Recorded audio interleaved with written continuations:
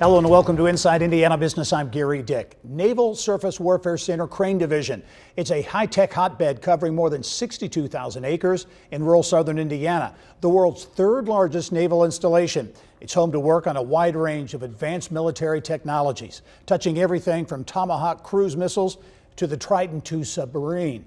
And now Crane may serve as the spark for a project that could transform rural southern Indiana with hundreds of millions of dollars in investment and thousands of jobs.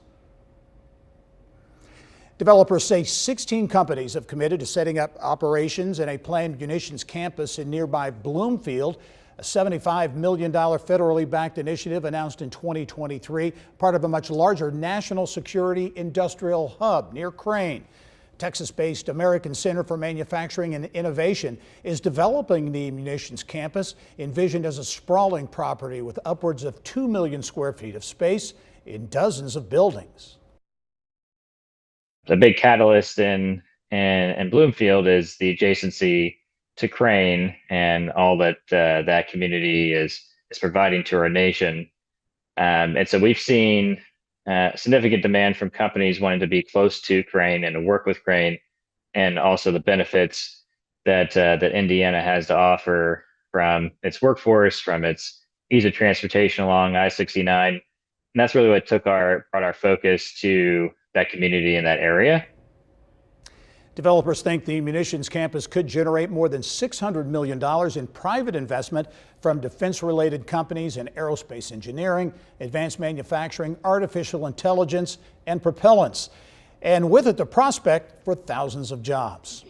And joining me now with more on what this could mean for Bloomfield and southern Indiana is Brianne Jerrels, who's the Executive Director of the Greene County Economic Development Corporation. And Brianne, welcome to the show. Thank you. Thank you for having me. This is big news. You know, people think of rural southern Indiana, kind of sleepy, not a lot going on. There's a lot going on in Bloomfield and Greene County. Can you put your arms around how big potentially this could be? Yes, it's something that I've been thinking about the last few weeks. It's something that really you have been working on for well over a year, yes. Right? Yes. And what's the potential in your view for the region?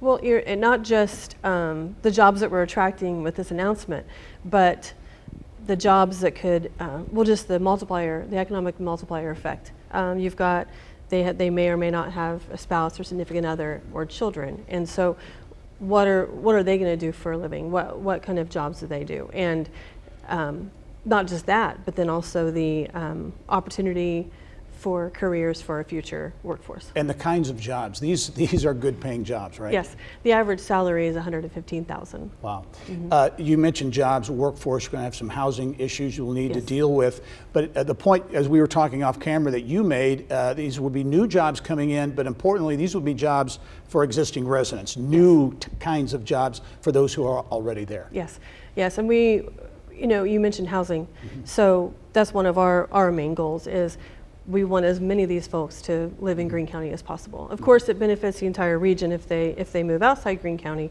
but we would prefer to have them as local as possible. Yeah, why is this going there? Well, certainly the proximity to Crane is one big reason, but also Greene County is really a hidden gem in Indiana when it comes to the arts and culture, for example. The Shawnee, the oldest summer stock in the state of Indiana. You think, oh, professional theater in Bloomfield, in Greene County, really? Yeah, come check it out. When people come to see shows here that have never been, because we do get a lot of first timers and we've been here for 60 years, and they're surprised. One, they're like, it's a hidden gem.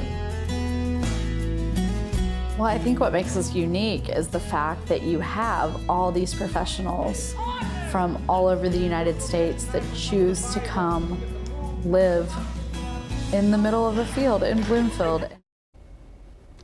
Certainly quality of life, a big attractor, right? How are folks, what's the buzz down in Bloomfield and Greene County? Well, one thing we talk about is what kind of amenities will this attract? What kind of amenities, not just will it attract, but that are best fit for Greene County and what we have to offer. We have outdoor recreation, and so it's not really much of a community where you're expecting nightlife. You're not going to get it in Greene County, but we do outdoor recreation, like I mentioned, arts, and downtown sprawl. Yeah. So. Does this mark kind of a bit of a change?